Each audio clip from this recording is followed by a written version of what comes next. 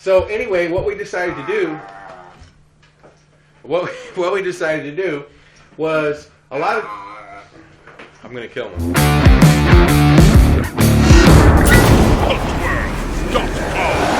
uploaded another one of our classic how-to videos.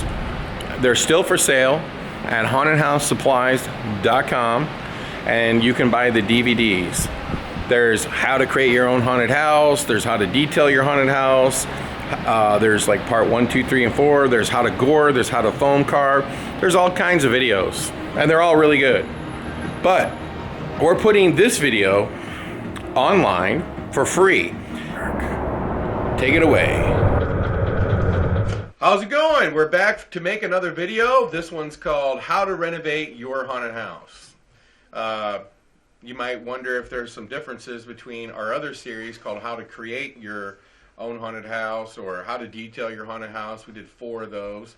And yes, there is going to be a difference because rather than doing a whole lot of detail work and stuff like that, we're going to talk about the process that we go through to renovate our haunted house. We have made 4 videos, How to Detail Your Haunted House, and we have shown how we've detailed and renovated our attractions. So now we're going to kind of get into a little bit more of the process. Okay, there's a lot of things we're going to cover, so let's get it going. How to detail your haunted house 1 through 4 would be a good companion for this video here called How to Renovate Your Haunted House. At hauntedhousesupplies.com you can find every DVD that we've ever made, from how to carve foam, how to build your own 3D haunted house, how to detail your attractions. We have videos that will help you how to run your business. We have videos from other haunters like John Denley and Kevin McCurdy and a bunch of others. We have all kinds of stuff available to help your attraction, including Haunt World, the magazine. Everything is at hauntedhousesupplies.com. There's a lot of elements to renovating your haunted house, okay? And there's none more important than having all the materials there that you need. For example, if you're going to renovate, make a plan. And I'm talking about, like, sit down and make a plan. Okay. Another day. I would... We're putting doors on that. Now, look. In that Sawzilla, okay, you see this picture and all these controls and all this stuff? Yeah. All this junk. For the darkness, anyway, we started planning the renovation when the haunted house is actually open, which would be October. When you go through your haunted house over and over and over and over again, checking on your actors, fixing animations, repairing walls, whatever it is, you kind of sort of see the same thing over and over and over again. This is the perfect time to plan your renovation. When you see things over and over and over again, you start to really, you know, one scene really sticks out to you, another one. You start to see like maybe flaws in your concepts for what you should have done, what you could have done, or scenes that you just like go through and you just really realize you don't like them, okay?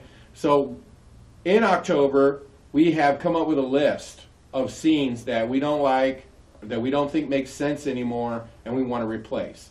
Remember, sometimes when you renovate some rooms, let's say you renovate a row, 2 or 3, and then another year you might renovate 1 or 2 at the beginning, then you got these scenes that always get sandwiched in the middle that don't really make sense with what you did over here and what you did over here. So it's perfect sense to renovate that middle and blend them into the beginning and the end or whatever. And so we run into that a lot of times, and that really kind of sort of speaks out to us. Hey, these rooms don't fit anymore, okay, because of a renovation we did the year before or whatever. So we want to try to make them fit. So like this year, for example, we decided to do a bathroom.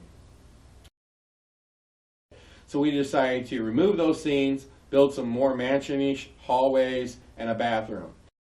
So when we did a bathroom, I wanted to make it the ultimate bathroom, okay? And so we used real tile to make this room.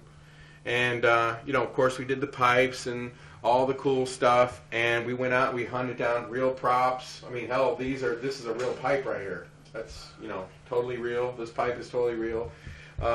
But the biggest thing was these tiles. And one of the problems with the tiles is that whenever you paint a real tile, okay, you can scratch the paint right off. So we have a solution for that. And Jeremy, why don't you come in and tell them what we did to paint these walls? All right. What we do with these walls, even like vinyl normal walls, we mix our paint with grip and seal. Grip and seal helps the paint grab a little more so it doesn't peel off right away or smear off, like you said, by rubbing it. Here the paint is just stuck. Like you can see, I'm rubbing on it and nothing's really coming off. That's what the grip and seal mixed into it. Oh, the other thing that's really important is that we textured up the tiles. Okay? And when you look over here, this would be Bondo, you know, that you would use on your car. We got Bondo, we've smeared it all over. We actually have a little bit of synergy, right, that we threw up there.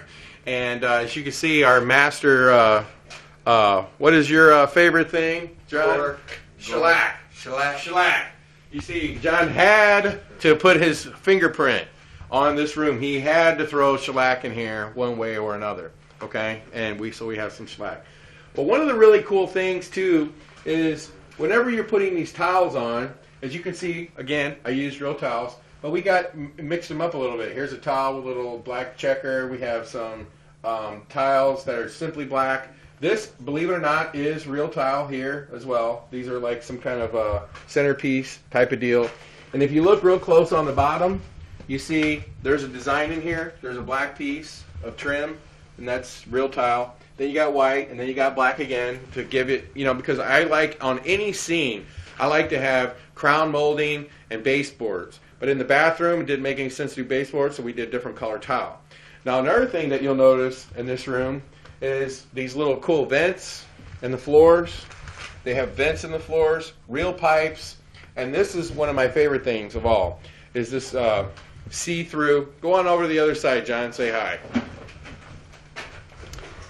What we decided to do was to make the room so beat up, because you see this a lot. Here, John, put your little head in there, a couple spots. There you go. Okay? And, John, you're not scary. Okay? So anyway, what we decided to do, was a lot of, I'm going to kill him. What we decided to do was, a lot of times you see in a haunted house, you see this look. But in a lot of haunted houses, you just see these, okay? Why not add pipes? Why not add all kinds of pipes?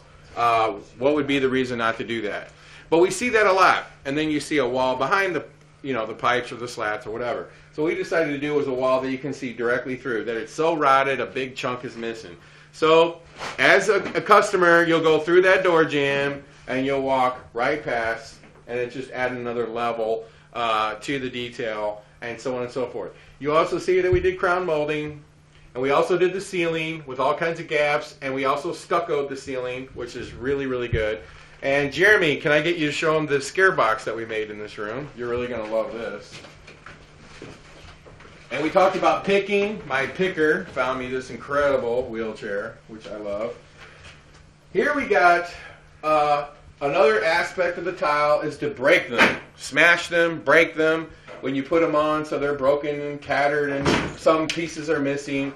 And we've also built a scare box into the wall. Now you see it's themed in. It probably needs to be painted there as well. But why not renovate your scenes and do the scare boxes or whatever, you know, detailed into the walls. It's got to slide a little bit better, but it's going to be great. So this bathroom is really cool. Another thing, what is he doing that on purpose? Another thing that I really like was we put in this door jamb right here. Now I want to stress something that's really important. Don't ever think that you've done it as good as you can. Because when we built this bathroom, this door jamb went across here. And when I was standing on the other side of the room, I said, it doesn't look right. I don't like it. For some reason, I don't like it. And I said, you know what? It needs one of those windows up on the top. So then we changed it. And we built it up, across, and down. Okay? So then, if you come in to this hallway over here, because now you're leaving the bathroom and you're going to be in a hallway. Again, you've got all kinds of nice trim and all kinds of decayed ceilings. This door was also framed in here. So I was like, wait a minute, now it's got to match the other one. So we did. we matched the other one. Now, of course, this is really cool because I can see in this other scene, and I can actually turn the water on and off and screw with people. So there's our bathroom. We hope you like it. So now it makes sense with the mansion. So we've now made our attraction more flowing. It just makes more sense. And so that really, when you're walking through the haunted house over and over again, and you see these flaws, that's the time when you should really be thinking renovation. So when you're renovating your attraction, and you're planning it in October, that's when I start talking to vendors. In October, when we decided what scenes we're going to get rid of, the very first step is to get some drawings of the scenes that you're going to replace and start sort of mapping out exactly what you're going to do. Drawings are really important. Even if the drawings don't match the scene in the end, at least it gives you a direction and an idea of what you're going to do or what is possible. Okay? And they're going to be raised out, and then they're going to have decorative trim on the tops and bottoms with exposed bricks everywhere. Because we need to mix it up. Mm-hmm. That'd be cool. You know what I'm saying? Mix it up. And then I came up with this crazy idea over there that I just came up with. And let me explain something to you, because this is very important. We had a design for this room. We had a drawing, okay? And we started building it, and we got into it a little bit, and then I realized there was another way. There was a better way. There was a cooler way. Yeah, it was going to take a little bit more work, but it'd be worth it, okay? So I came up with this idea over there because we had the space to cove it, okay, to actually build a cove in a stand so we can get one of our statues in over there, okay? And then to have this different look, which would be, these bricks behind stucco and so on and so forth. We're going to build some raised panels like we're drawing over here. Don't be afraid to get into something and realize, you know what? Yeah, golly, that's going to add 2 more days to this renovation. It's going to add a few thousand more dollars, but is it going to be worth it? And one of the reasons why the darkness renovations have come out really well and the haunt industry has been very receptive to it is because they see things that they haven't seen before. And I'll talk a little bit about distortions, for example, came out with the electric chair. That was one of the first big animated type effects that came out. So of course every haunted house in the world bought one. I did a project in Denmark, a haunted house somewhere in Denmark, and I went to a museum, and it was a wax museum, and they had an electric chair. It didn't matter where I went, there was an electric chair. So whenever we've been doing these haunt tours, it's really led me to a place where I have to create original effects, because I'm not going to have the luxury of going to the haunted house show and seeing something and buying it and then renovating my haunted house. This has actually turned out to be a better thing for me, because now everything that we're doing here is original. These are our concepts, our ideas, and a lot of the vendors that you've seen at the haunt shows, and I mean a lot, and you see these products that they bring to the show. They were ideas that we came up with and we had them make for us. So there's, at the time when you come through the tour, there isn't another one like it in any haunted house in the world. And maybe there never will be.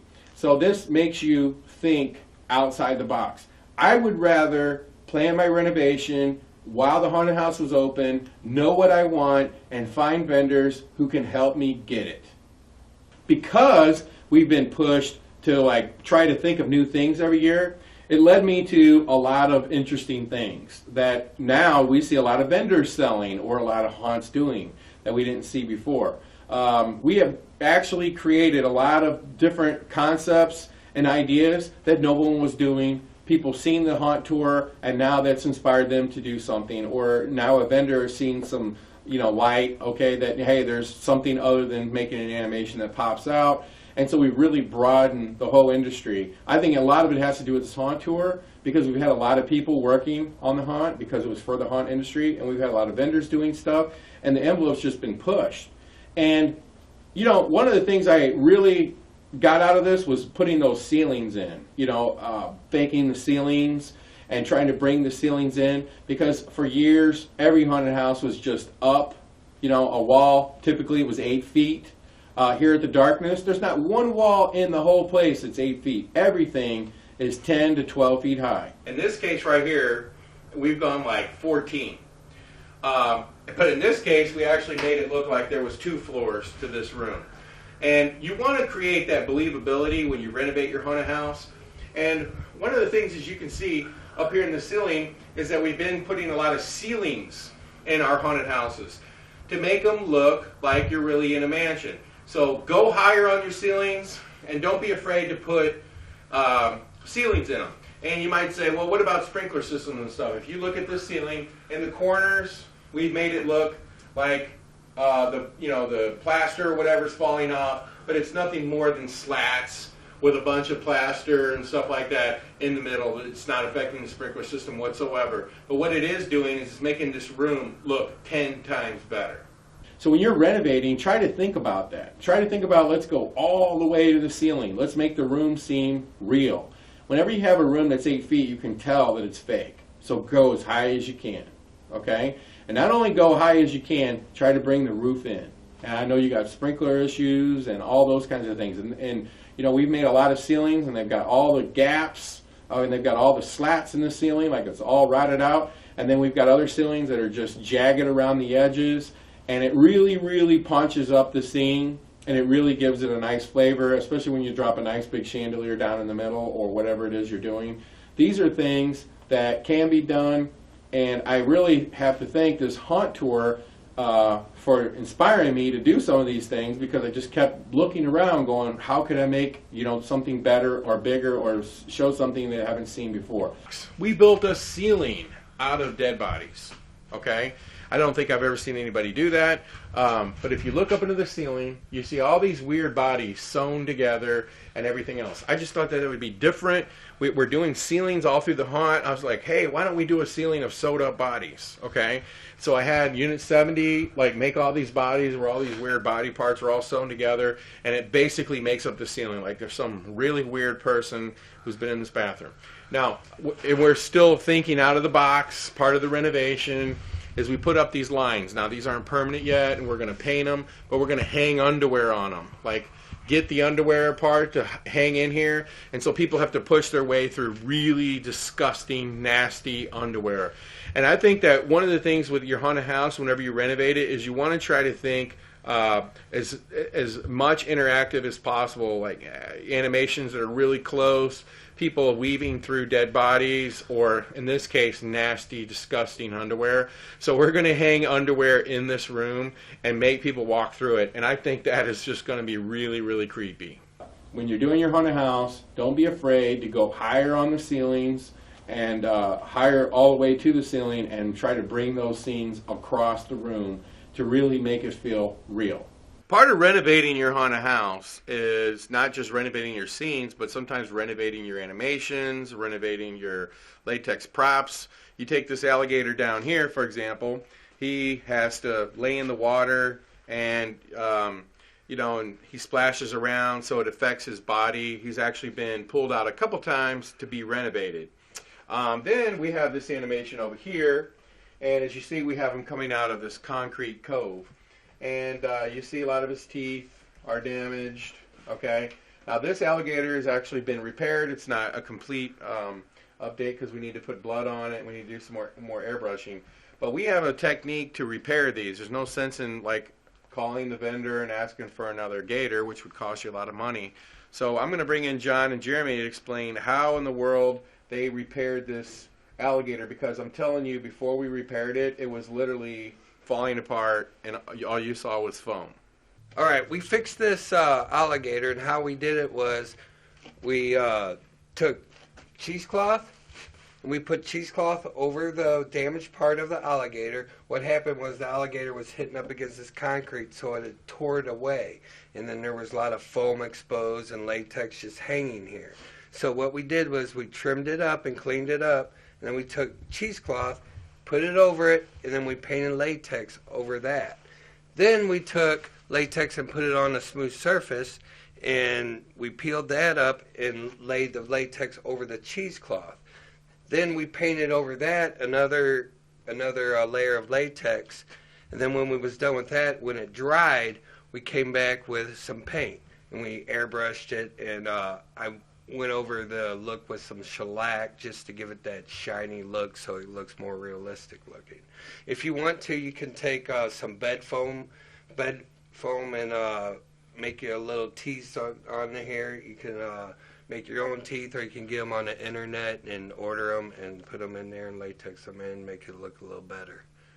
But that's an easy way of fixing your props. And then this is the last step after you're done airbrushing. Then you go back with your blood. With our blood. Which is Hollywood Effects blood. That's what we use. And then this is the final step where we just make it look like he just ate somebody in here and throw it around. Give it a little splatter here and there.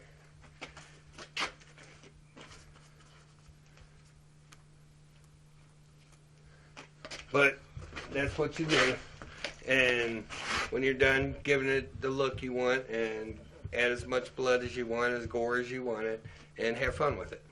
Now we're going to talk about, we always talk about renovating haunted houses and sets and everything like that, but now we want to do renovating furniture. Like this vanity piece we got for the bathroom, it was an ugly green color, didn't work at all. So what we did, we want to crackle it. We want to have that nasty look of the paint just peeling away. So what we did is we painted this with a satin black, because we wanted that color to show underneath. It has to be satin for it to work. And then we also took this crackle, which you can get from Modern Masters. You paint a really heavy, thick coat on top. Let that dry. You can do it 2 or 3 times. The more the better, because it really cracks it if you put a lot on. After that dries, then you want to airbrush it. Airbrushing is the best way. You do really quick sweeps of airbrush, and it helps to pull the paint out. If you want to do a cheaper way, like what we did on this one, is we took Vaseline. Vaseline works just as fine. And all you do is you take the Vaseline and you paint on little areas where you want the paint to come off. What I normally do is I don't paint it on the whole entire thing, because you want the wear looks of it, where it would be normally worn out if someone was actually using this all the time. So what you do is you go over here, you just paint little areas where you think the paint would be really peeling away. If you want to do the whole thing, you can, but Larry's really big into realistic, and so am I. So we try to do just the parts that be really worn. So after you do this, I'm going to have John come over here, and John's going to show you how to airbrush it really quick to show you that really cool technique of the crackle. And you'll see the black coming through of the white, and the white will be all peeling away. It's a really neat effect. We've been doing this a lot on our furniture. Larry just go buy crap furniture from flea markets or anything like that, or online, and then we also just repaint them. So it gives it that really good look to it. And that's about it. And we'll have John come in here in a minute and show you how to paint it.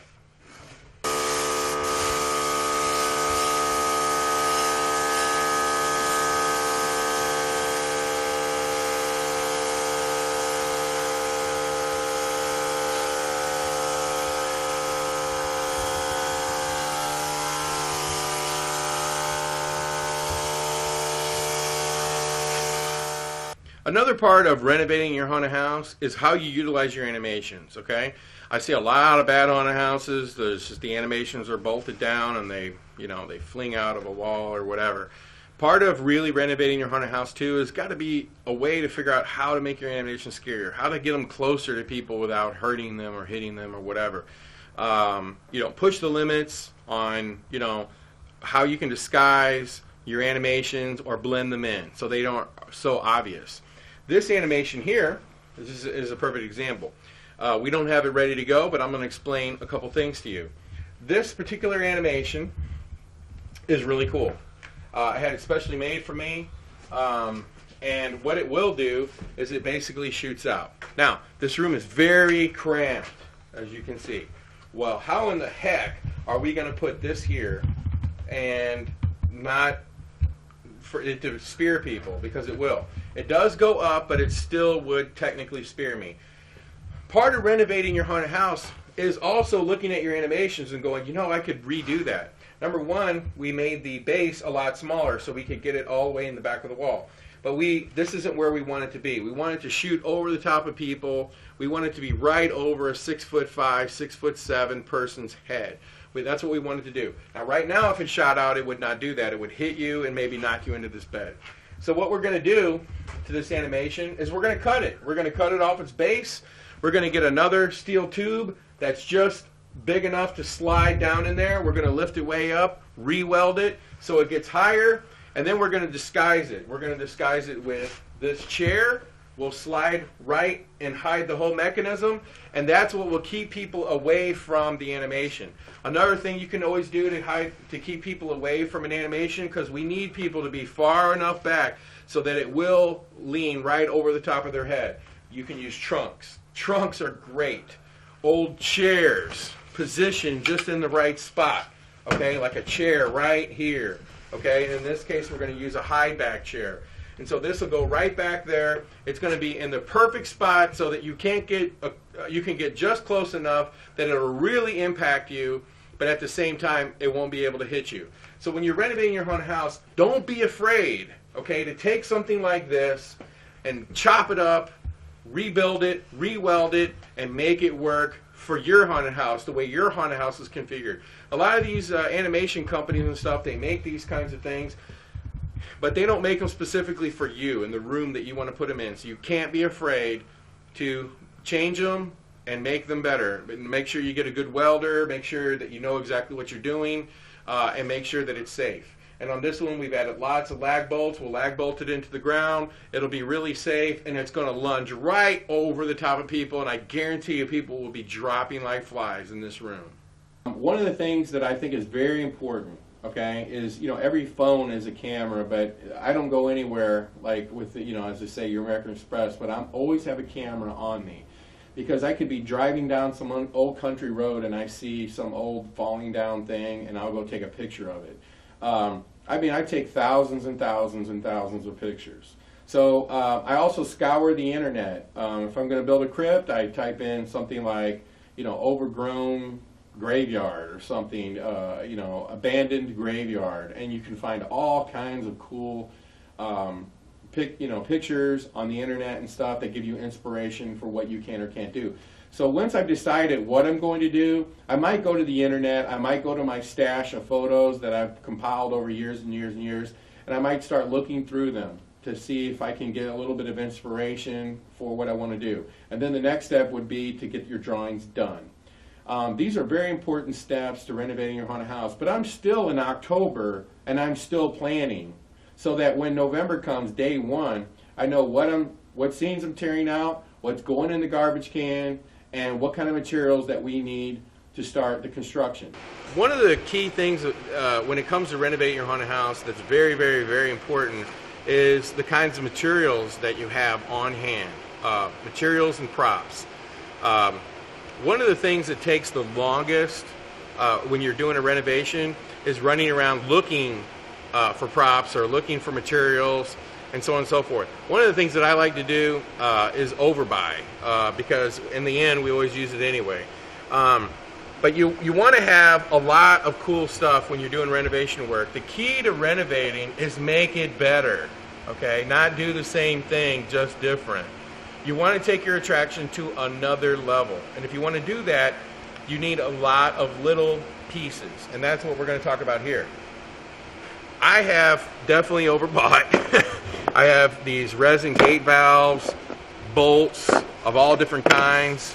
I have all kinds of, and we're going to go upstairs and show you how we bought these things from a vendor. And you can put LEDs on them. These are really cool. I bought so many, I just don't know where I'm going to use them, but they're all going to get used. Having these kinds of things on hand is so important. I love the little things, gauges, valves, and one of the things that we did is we went to an old building and we gutted it and we cut out all kinds of real stuff, okay, and that stuff is great. I would rather have real stuff, but it's not that easy to get, so these things are so convenient. All these different size bolts. We're in the middle of a renovation project. That's why we have all this stuff laying around. I have boxes and boxes of this stuff, these fake gate valves, these fake flanges, and we have several different sizes. These big gigantic bolts. I don't know what the heck I'm going to do with those. And then, of course, you know, you're always your real stuff. A lot of people would never see any value in this, and I would say for good reason. But you know, you put this on a wall. I mean, I don't know what it is or what it did. To be honest, I don't care. You know, this, I don't know what it is. Again, it's kind of weird and different, but you know, you put these things on your wall, you need to have a lot, and I mean a lot of junk. As you can see, we've got it everywhere. And we have tons of electrical boxes. Anytime I find electrical boxes, I just buy them because you can't ever have enough. And so whenever you're doing your renovation project, make sure that you have a lot of the things that you're going to need. So like if you're doing an industrial room and you're out there prop shopping, you need to have a list. Hey, I've seen this electrical box. I've seen these real valves or gauges or whatever. Buy them, buy them, buy them, and buy them. You know, build a shelf somewhere in your haunted house, store the stuff. I mean, we have shelves and shelves and shelves of stuff here, and we're always using it, always pulling stuff off. Another thing, like, you can't get enough of, if you buy these, like, vents, and then you can put them in the floor. When you're renovating, you want to make it better. And the way you make it better is to add more detail. A lot of times when I go to junk stores, I love buying whole entire door jambs that have little windows on top. That's making better. So on your next renovation project, make sure you make a very detailed list of all the things that you would like to acquire before you start the build out, and then acquire them. And then sometimes maybe you'll have to go with these resin type things. There's a lot of companies that sell them. And then there's companies that sell these really cool rigid foam pillars. I can't have enough. I've got boxes and boxes and boxes of them, and I never thought I would use them, and I started building this Medusa scene, and now I've run out, okay? It's always good to have them on hand, because when you're renovating, time is money. So chasing materials or not having materials or waiting for weeks to get materials is going to slow your project down, and it's going to slow your creativity down, and in the end, it won't be as good as it should be. You know, we talked about making sure you have all the materials that you need whenever you're doing something, and you know, it's not necessarily a plug, but we have this blood that we make. It's called Hollywood Special Effect Blood Red. We sell it in a gallon, quarts, whatever. And whenever we do renovations of our haunted house, we'll go through, you know, 3 or 4 gallons of this stuff, and I guarantee it's the best blood that's out there. But even if you didn't use our blood, you use someone else's, having this pure, you know, it's always wet look type blood, you can use it everywhere. There's nowhere you can't use it. And it's nice to always have it with a paintbrush and be ready to paint something up. And a lot of your props get old, okay, and they get dust on them, or they just get brushed up against too much. A lot of the stuff that you buy from different vendors, like bodies and stuff, and you can just take this stuff, paint it right back on, and it'll give it a nice fresh look just from scratch. So make sure that you have, whether it's from us or someone else, some, you know, blood paint, because that really comes in handy when you're renovating your haunted house. When it comes to renovating, a lot of you guys only go to the haunted house show, and you know, you shouldn't limit yourself just to that. You should try to go to different shows, not other haunt shows that are smaller than Trans World per se, but other other shows that have nothing to do with haunted houses, like, for example, IAAPA. 80% of every booth at IAAPA is 4 booths or less. These are small businesses that sell you very unique products, okay, then you never knew you need it, okay, until you saw it, okay? But there's other shows. There's electronic shows. There's a show all about, you know, digital. How do you do stuff with digital? There's just so many cool shows, and if you spend a little bit of time, and then, you know, you thought about the different kinds of things you'd like to add to your haunted house, and you research, you'll find a trade show for it, and you never know, that trade show is totally worth it, because you just find that one thing that you need to put your haunt over the top. So don't limit yourself to how many trade shows you go to or what kind of trade shows you go to, and that is a very important point of renovating your haunted house to a world-class attraction. Another really important aspect of renovating your haunted house is finding real props. The bottom line is, I think what really makes a haunted house really good is having a lot of real props. Don't have to get into that footage, that's a good thing. It's just easier to shoot it again. The little things is really what matters, all the real stuff. I mean, when I was at this one place, they had like 10 pitchforks, old rusty I bought them all. You know, why would I just buy one? Okay, I bought them all because I'm going to use them at some point. So whenever I go to these kinds of events, I buy everything that I think I may or may not need now or later, even if it's not what I'm looking for when I'm there. So keep that in mind. When you're renovating, the more real props you have, the better your haunt will look. Okay, that's just a plain fact. When I did a garage, I bought, first off, I cut up, in my garage, I cut up a VW Bug and brought it up. So I have, and welded it back together so I have a real car. That's how realism, I try to get. But I found old fenders, I found a canoe, and I stuck a canoe in the garage. I mean, I found an old gas pump, I bought that. I didn't know that I wanted it until I just happened to see it when I was looking for something else. I bought it, it was there. I have a lot of really incredible door jams, okay? Like that can lead from one room to another. And it doesn't matter. If I see a cool one, okay, I'm never going to probably see that again. I buy it, and I know I'm going to use it. And I may use it that day. Even though I don't need it, I got a door jamb type thing that's not that decorative. Bam, it's up there. I've even bought ones that are so aged up paint-wise that it doesn't even be painted. I just threw it right on there.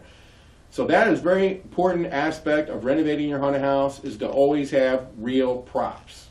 We're in a scene right now that was probably not one of our best scenes in the haunted house, but there was a couple elements in the room that I really liked. Okay, for example, we had some kind of crematory type deal over here, and I had it made out of real bricks. This boiler wasn't terrible, but it didn't look great. So I decided to renovate this room, and I'm going to show you exactly what we added that wasn't here before that made the room a lot better. So we stayed with the boiler and the crematory looking thing, and we went ahead and stayed that. We also stayed with the existing walls, and these are just vacuum form panels, and as you can see, they're definitely old because they're broken and everything else. So we decided to renovate this room. So one of the first steps to renovating a room is to try to make the room have an impact. And the very big impact thing that we wanted to add to this room was what we're calling Sawzilla. We had it made by Unit 70. It didn't exactly meet our what we needed for this room, so we had to do a lot of work to it ourselves. We had to add some more steel, we had to move the arm around, and we actually did a lot of work on the saw. And we talked about that earlier in the video about taking animations. If they don't exactly work for what you need to be willing to take those animations to another level so they're unique to your attraction. So that's what we did. So I called Unit 70 and I asked them, hey, can you make this Sawzilla animation for me? And they had never done it. So, it was something new for them, something new for me. So the two things that I knew I wanted to do, I wanted a saw to rip across the room, and we're going to do that. And the second thing is, obviously, if the saw rips across the room, I need to put a ceiling in here, so we did that as well. And I think the ceiling is actually one of the neat features. But some of the other things that we did to the room, we added tons more electrical boxes. We added this incredible control panel, and all these lights light up and blink. These are going to be security cam televisions, and so we actually make this video. It's on hauntedhousesupplies.com. It's called Security Camera DVD. And so we'll have one that's 6 screen, one that's 1 screen, and one that's maybe a 4 screen, and it shows the inside of a security camera, and it's all CG based, and this, with real people running around getting killed inside of a warehouse. So those will be on here. All the controls will blink. So we made this control room, so this was not here before. We added this real table, and it's really gross, okay, and it looks really old. It's out of a real factory. All of these cool looking tools you see, these were all added. They weren't here before. I saw this TV in this one place. I'm like, what in the hell would I use that for? But it looks great in here because this room is so industrial.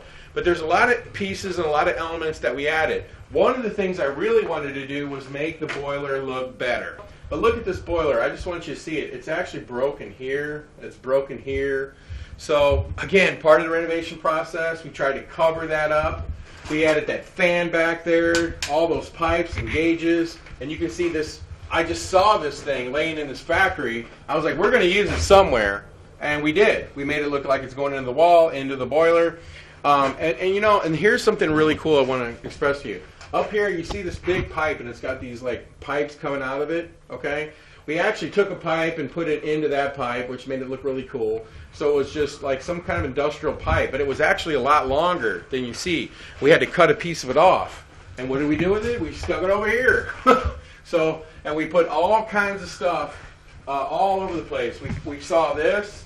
It was in really bad shape. We bought it. We screwed it to the wall. We've attached all kinds of stuff. This radio looks beautiful on it. But this room is a pure example of renovation. Now, how are we going to keep people away from the saw? Well, here we go. We got this really neat industrial cart with all these electrical components. Eventually, we're going to take these trays, we're going to screw them down, we're going to screw these props down with the toolboxes and everything else to keep you just far enough away from the saw that you couldn't, say, put your hand in it or whatever. But there's so many pieces that we added, like that fan up there. We added that. We added this fan up here. More electrical boxes. We added all this stuff and renovated this room. When our customers come in this room, they're not going to think that this was the same room last year. And whenever you do a renovation, you have to ask yourself, will somebody say, oh, this is the same as last year, or it's all new? Now let's go take a look at the greenhouse and see how we renovated that room. Okay, now we're in a greenhouse. And this was another room that I didn't want to get rid of, so I just wanted to renovate it. I wanted to make it really special. Now, when we were in the Sawzilla room, that's what we're calling that room now, I said, if you're going to renovate a room and you're not really going to gut it and change it from scratch, then you've got to make your customers believe that it wasn't there the year before, okay?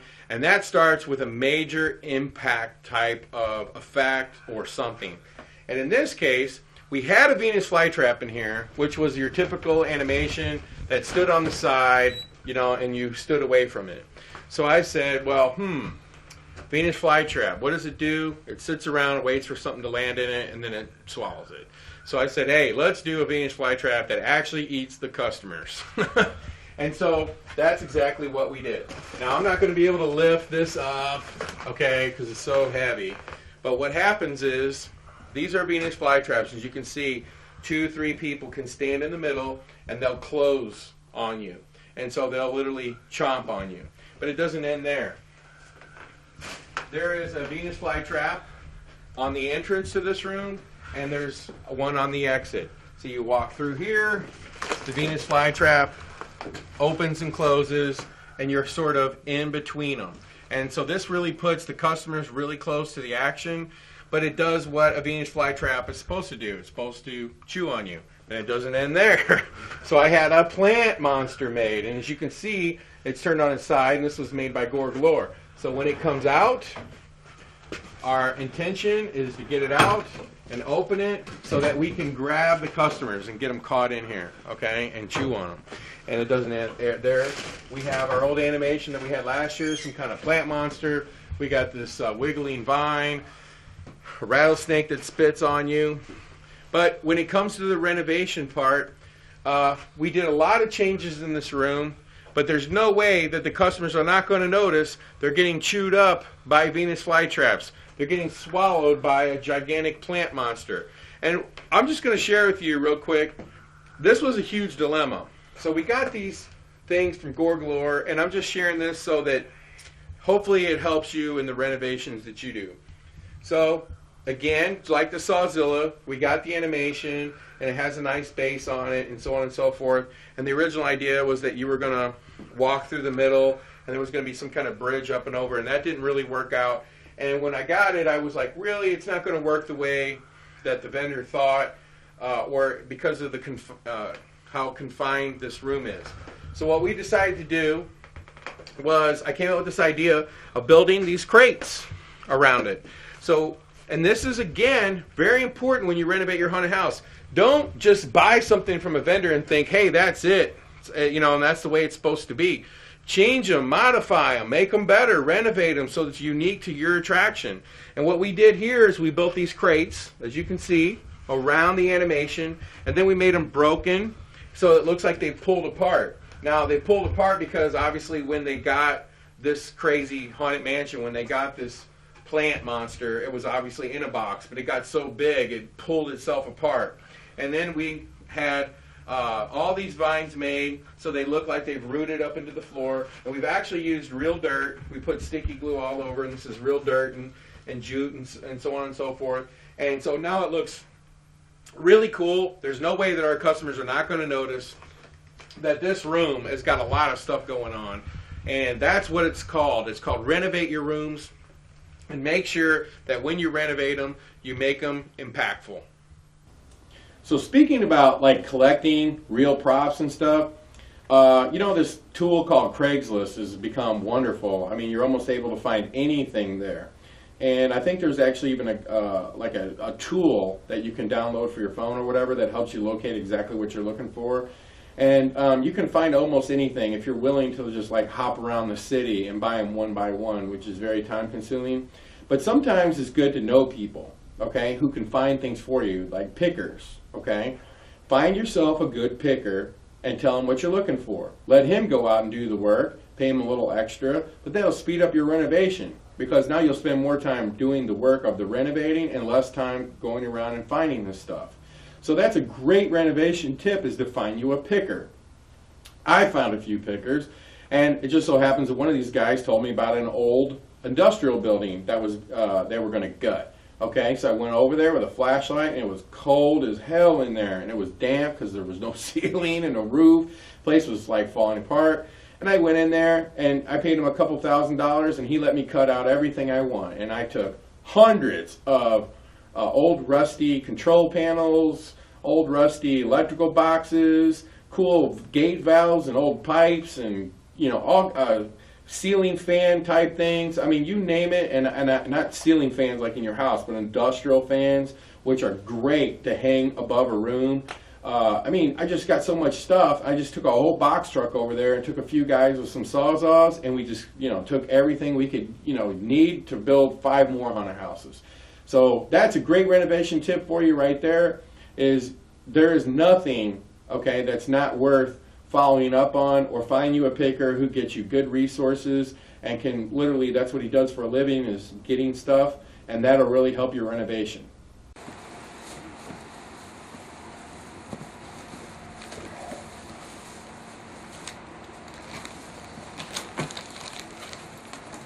I was a big advocate for several years that there wasn't enough vendors who sold really cool masks and costumes and things of this nature. But now, today, there's quite a few that sell really cool costumes and especially really cool silicone masks. I think there's like 4, 5, 6 silicone mask companies. Plus there's people who used to be in the Hollywood business of making effects for movies, and they're making foam latex stuff, and it's really, really nice.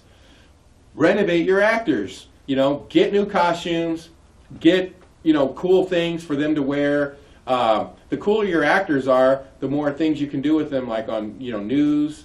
You can do appearances, and they look really, really realistic. So you really should be thinking along the lines too. It's like, hey, when I'm renovating my haunted house, I need to try to get, you know, a costume for that particular room. But you could go one step farther and say, hey, we did renovate these 2, 3 rooms last year. As part of our renovation this year, we're going to really expend some money to get really cool icon-type characters for these scenes, for these rooms, or even for the front of your haunted house when they run around outside or take pictures with people. I found that I've had a lot of those guys running around outside, and people love getting photos with them, and that's really, really paid off for us. TV stations want you to come and like scare people on the set or whatever, so it's really nice to have those really sweet costumes. So when you're renovating, make sure that you include the renovation of your actors in addition to your attraction. Another huge renovation tip is lighting. Last year, when we renovated the Darkness, we had never, in the years prior, focused on lighting. And last year, we said, we're going to spend a lot of money on lighting. And we bought everything you can think of, from controllers that, you know, affected lights and made them go in and out, tons of mini spot type lights, all kinds of different effect lights. We bought so many different, you know, things, lightning simulators, to try to really spice up the lighting. I want to bring Jim in to talk about some of the things that he did in the Darkness last year to improve the lighting in the Darkness. And that's a very key element to renovating your attraction. Well, we're in our new dining room scene. The one thing about this scene, which is the same case in all the scenes of the Darkness, there is a lot of stuff to see. Everywhere there's bodies, there's props, there's mounts on the wall and all different kinds of stuff. And you know, one of my main focuses over the last couple of years was to really improve the lighting and the Darkness. And so it's a shame to do all this nice look and not be able to see it. So I have to, when I first go into a scene, you know, first thing I don't ever want to do is actually, when you're looking at me right now, this is the opposite direction, that you actually walk this way.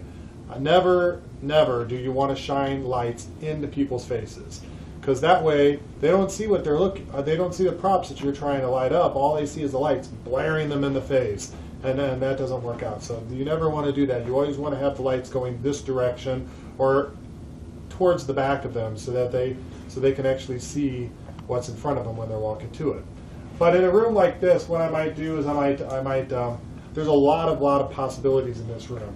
You see all these lath walls that we do up here or whatever? These are great for putting lights behind them. A nice maybe 25 to 50 watt light bulb or can light or some sort of LED light will look great, especially if you have fog, because it'll shoot beams out of that, and you'll be like, well, what is behind that wall? You always want to give the illusion that the haunted house is bigger than it is, and there's probably another room on the other side of that, although there's a brick wall on the other side, but you don't know that, you know. Another thing is, like, for right here, we have a CGI effect.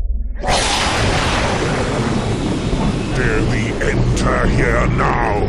The demons that haunt these halls will consume your soul and ravage your flesh. Now, TVs will put off a lot of light, so you almost have to have those turned on first before you do lighting in here, because you don't want to do a whole bunch of lighting, then you turn the TVs on, and now it's so bright it's not even scary. Another thing is chandeliers. There's several different ways to do chandeliers.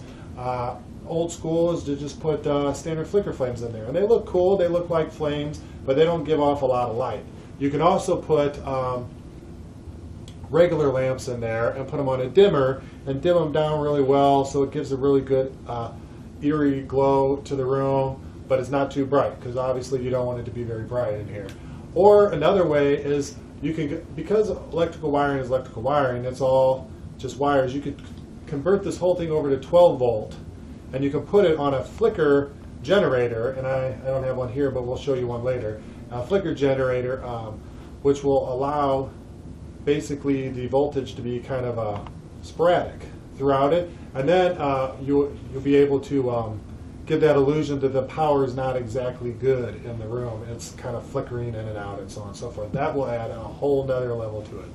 Another thing that we did here a lot is, I don't know if you can see up here, we do a lot of these focus LED pin lamps. And they're more designed to just focus on one part of the room. So I'll look through the room and I'll say, you know, what are the really cool things in this room? What do I really want to focus on? Well, I really like these animal heads in here, you know, especially this one. It's a boar head. It looks pretty cool. So I'll focus a lot of different colored lights on those to make sure that they look really good. And then I'll focus it on some other things, like maybe I want to emphasize this prop right here, or I might want to emphasize the people on this table. So after I do that, then I go through the room and I was like, well, is it still too dark to walk through? You know, because even though the pin lights focus really good on this, they don't shed a lot of light otherwise. If not, then I'll come in here and I'll put one of these LED floods in.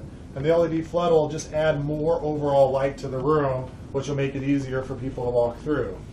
A fireplace is another great example of something to do to get one of those fake fireplaces and put either flickering LEDs or sometimes they actually have a flame effect themselves built into them or whatever. You want that there too, so you have a glowing fire. And I mean, really the opportunities are limitless. It's just you want it to be as natural as possible. What did the room really look like? Now in a haunted house, you have a lot of color lights. Your lights really want to look like that. But those are good for accenting stuff and to kind of give that eerie haunted look. And then, but you also want to have a lot of regular lights that actually look like they belong in the room. Okay, now we're in the morgue, and there's just a couple things about lighting I like to point out to you in this room. Okay, one of the things that is really great that has been available to us in the last couple of years are these LED fluorescents, and those are great. Not only are they 12 volt, not dangerous, easy to wire up, but they're also great in the fact that you can put them on a flicker generator and get that the light fluorescent look, like the fluorescent tube's almost out and it's flickering on and off, and that really makes a good effect.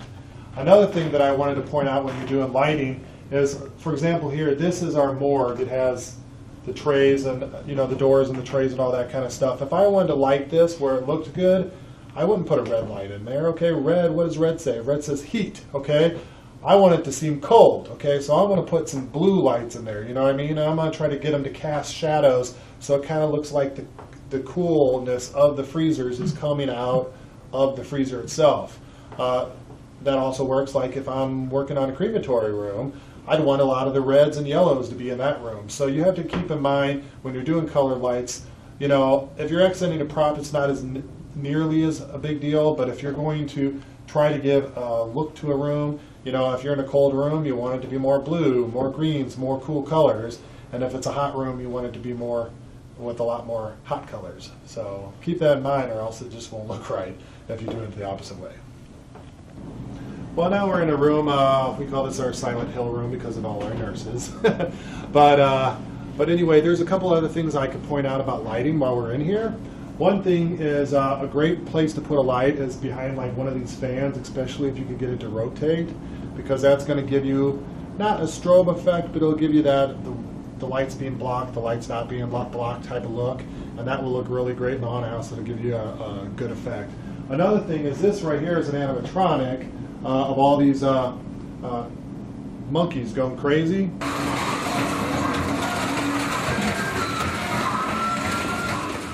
When you have an animatronic that's really intense, it's a good thing to have like a triggered strobe light or something like that on it. Because even though I don't particularly like strobe lights overall throughout the haunted house, I use a few here and there, but I don't use one in every room because you can't see very much. And after all the work in this haunted house, I hate for people not to see what we did. But a strobe light on this will really accent the animatronic. It'll really make the monkeys and stuff look like they're moving more. So in this case, it works. One other thing that's actually probably pretty cool, and it's not in this room, but you ought to consider, is getting one of those Lights Alive controllers that do the real lightning. We, for the first time in, I don't know, 20 years, did lightning effects in the darkness last year, and that really does add a lot to it. But you have to have a really good soundtrack that goes with it, or else it doesn't respond very well. So you have to make sure that you have a really good lightning sound for that. But that wouldn't work inside, but in your outside scenes, that works great. Part of renovating your haunted house is not just limited to what you do in your haunted house, but you should be renovating and thinking about photographs you can take, videos that you can make in those scenes. And that's a very important aspect of renovating your haunted house. In addition to that, don't be afraid to spend some money renovating your graphics, changing that up, because remember, the first impression anybody has of your haunted house is what they see online. Okay, well, I don't care if it's Facebook or it's on hauntworld.com or your haunted house listing, but hopefully more specifically, a lot of people are going to your website. So if you leave your website the same, well, the haunted house probably didn't change much, okay? So make sure that when you're renovating your haunted house, it's very important that you try to update your image, okay? Your branding, branding your haunted house, your t-shirts, your signs, your logos, and of course your radio commercials. You want a different approach to your radio commercials. So when you're renovating your haunted house, hopefully you're going to be promoting this new thing that's going on within the haunted house, like a new section, or you added a bunch of ghostly illusions, and and you're going to come up with some kind of theme for your new marketing program. But it's very important that whenever you renovate your haunted house, it's not limited to your haunted house. It's got to be beyond your haunted house, because what's out there in the cyber world is actually more important than what's in your physical attraction. And so make sure you keep all those things in mind. And when you're renovating, think of everything: your logos, your image, your t-shirts, you name it. And it's going to help bring more attendance to your attraction when you tie what you did with your attraction and what you do outside your attraction, the marketing and promotional side, and you merge them together. You're going to get better results. A really cool thing that I've been doing the last couple of years, and this has really paid off for me. And I've been doing this. I started doing this on hauntworld.com. If you ever go to hauntworld.com, we have a message board there. It's called the Fright Forum. Okay. And every year I start a thread called the Darkness Renovation, and 2009 or 10, 11, 12, 13, 14, whatever.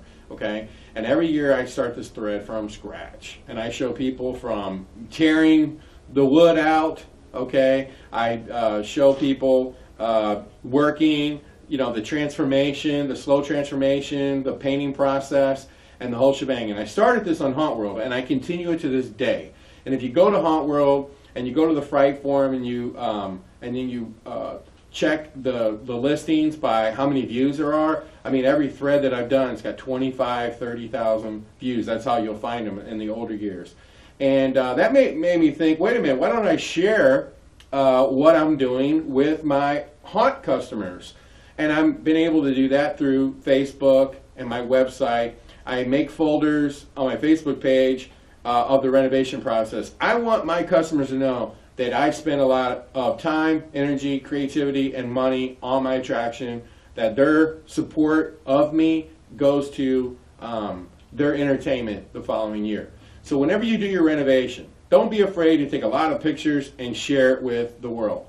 It's actually paid a lot of dividends for me, and it builds a lot of goodwill, and it builds a lot of interest, because people are very interested in how things are done, how things are made. We see a lot of TV shows about that.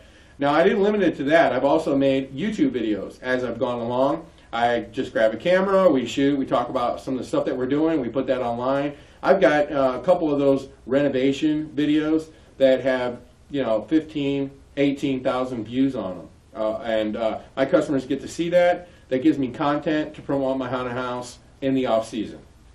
Synergy is a huge detail tip, okay? We buy it by the buckets. I mean, we just bought 20 more buckets today. We don't even know if we're going to need it. Because you have a foam issue, put Synergy on it. You have some edges and they don't look right, throw Synergy on it. You have slats, they don't look that good, rub Synergy on it. You make something out of foam, you don't have, you know, spray Synergy on it. You know, this is a great thing that you can literally fix all kinds of problems. It's, in my opinion, and a lot of reason because we've been doing these videos and we've been adding so much texture to walls and stuff, and people really like it. It's become the haunter's new duct tape. Okay, you know, duct tape will fix anything. You know, I think now on the detail side, you have to look at Synergy as something that can fix anything. We're in a room right now that last year these vacuum form panels were on the wall. Okay. And I really like vacuum form, but I also hate vacuum form because I'm a realist. I want to do everything as real as possible. And so you can take vacuum form and you can paint it, and it's going to have that plasticky look. So, and it was painted really well. It had colors and the different hieroglyphics that you can see. So basically I just came up with this idea of renovating this room. So we took everything out, like in that show Restaurant Impossible, just take everything out. We took everything out, and so what we did was we smeared Synergy all over everything. So now the look we have in here is like real stone blocks, where it looks like somebody chiseled it out, maybe not perfect, okay, or maybe this room has like severely aged. And so like if you come over here, and I'll show you kind of what I mean, you see these lines in here, and then these lines down here. So this could be a stone block that at one time these Egyptians or whoever had put in here, one block on top of another. So now all the seams for the vacuum form now look like seams of blocks. And so what we're going to do is we're going to bring Jeremy and John and show you exactly how we did that. Okay? And so whenever you're renovating and you're using vacuum form, okay, don't be afraid to smear something all over it. I don't care if it's Bondo, Synergy, shoot it with plaster. Just give it some texture so it doesn't look plastic and it doesn't look fake. All right, like Larry was saying earlier, how we smeared all this stuff on the wall to give this texture. What we did is all we did was take a bucket of sawdust and our Synergy, and we mix it up inside. It gives us that thick texture that we want, because usually Synergy is very, very smooth. All you gotta do is mix it by hand.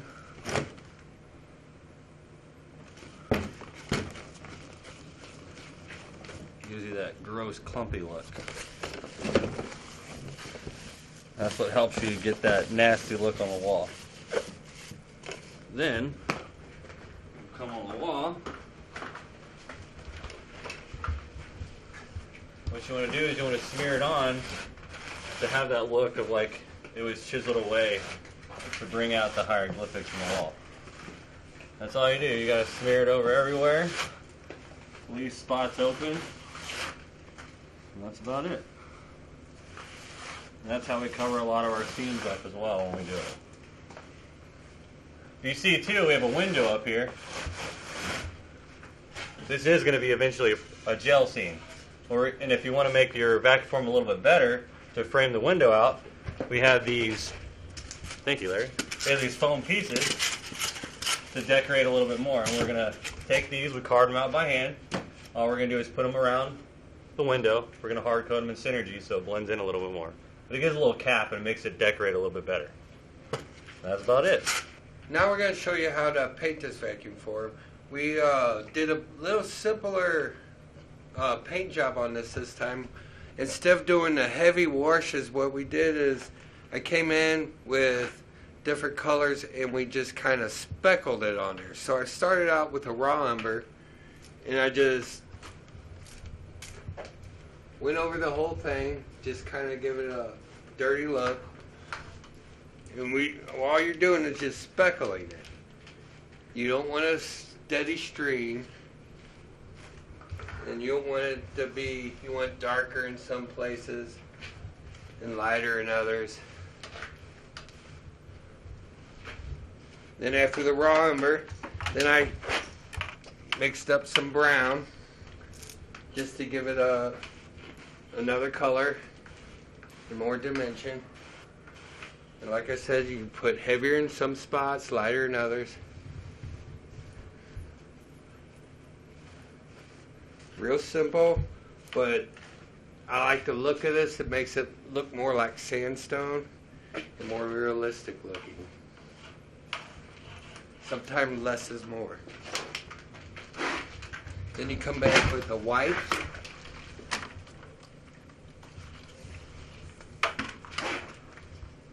Same thing. Speckle it on there. Put it up. And then just speckle it here and there.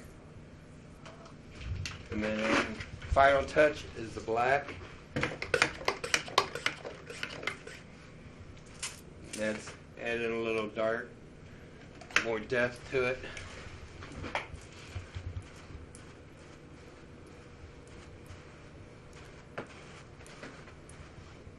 Real simple, but real effective. And it gives more of a realistic look. If you want, you can come back and airbrush and shadow it in a little bit, but I think I like this natural look because it looks more natural. It looks like someone actually dug out these crypts in here, so I think this is the best look for it. Here's one renovation tip you may not have considered. When we had the darkness the very first year, it was just the darkness. When we added on our new building, the first thing we did was we added TerraVisions and we added the horror museum and a gift store back.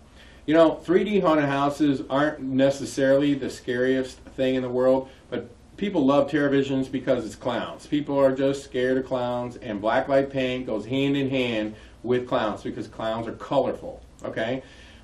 A lot of people, especially you haunters, have come through and we spend tens of thousands of dollars. We spend $100,000 in a scene, and they come out and they say their favorite part was TerraVisions, which is mainly a lot of paint, you know, on the floors, the walls, and whatever. And, you know, one of the parts of renovation could simply be that your haunted house is really long in the tooth, meaning, you know, you just got the same thing going on and on and on for a long period of time. So what is wrong with maybe taking some of those back-end scenes out, taking those kinds of equipment and props and strengthening up some other parts and freeing up some space to make you a second attraction, like a 3D haunt or something different? You know, that's part of renovation as well. And, you know, at the darkness, we can say, hey, it's 3 attractions in one location, you know, because you got the darkness, TerraVisions, you got the Monster Museum gift store. And we're giving people a lot of different looks. Whenever you go to Universal Studios or Disney attraction, they always have some kind of elaborate gift store and place where you can buy pictures, you know, always at the end. And those stores look just as good as the attraction. And so that's one of the inspirations behind our Monster Museum. and our gift store. And what we're going to do this year is social media has gotten so big with people, individual people, that we're going to make some banners and put our monsters positioned in the right way so people can take pictures with the monsters, and it'll always say thedarknessscarefest.com in every picture they take that they upload to Facebook or Instagram or Snapchat or whatever it is that they're doing, that I can't keep up with all this stuff. So I'm going to try to create some avenues for people to take some pictures, but when they upload those pictures, I'm going to get the credit for it. When people go in a museum now, they take pictures with the monsters. Nobody knows where they took the picture with the monster. So I'm going to fix that issue. But when you're renovating your attraction, don't be afraid to come up with that thing. Hey, let's make it a little shorter and make it a lot stronger by taking that equipment and making those areas a lot better, and then let's add on another attraction that you could maybe even upcharge for. Just some food for thought when you're renovating your haunt. Well, that's it for how to renovate your haunted house. We showed you some detailed tips. We showed you some cool stuff, but really what we focused on was the tip side. How do we go about renovating our haunted house? That's what this video was all about. So we hope that you've learned something, and we hope that you have a lot of fun renovating your haunted house, because I'll be honest, running the haunted house is a real job. Let's face it, okay? It is a real job. You're running around, trying to make sure actors are safe and your customers are having a good time. Stuff is breaking, and you're just on the run and on the move 24 hours a day during the season. Where you can really have a lot of fun is renovating your haunted house. So make it fun. And the more fun you make it, the better your attraction's going to be. So look for all of our videos at hauntedhousesupplies.com, and if you have renovation questions, go to Haunt World and sign up for the Fright Forum, because that is absolutely the only place that I answer questions about anything pertaining to your haunted house. And make sure you subscribe to Haunt World magazine, and don't forget to join the Haunt World Facebook page, which has hundreds of thousands of likes. I can't even believe it, and we really appreciate all the support from hauntworld.com. We thank you once again, and we hope that you join us here at the Darkness on one of our future haunt tours during the Trans World Halloween and Haunted House Show. Thanks a lot.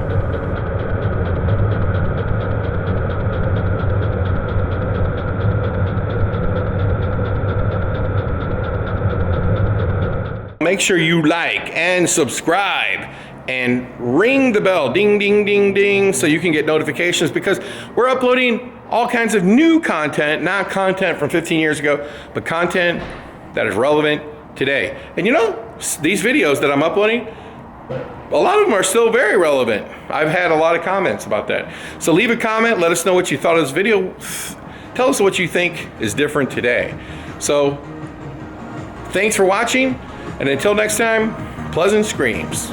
For scary videos and more, subscribe to our YouTube page, huntworld.com.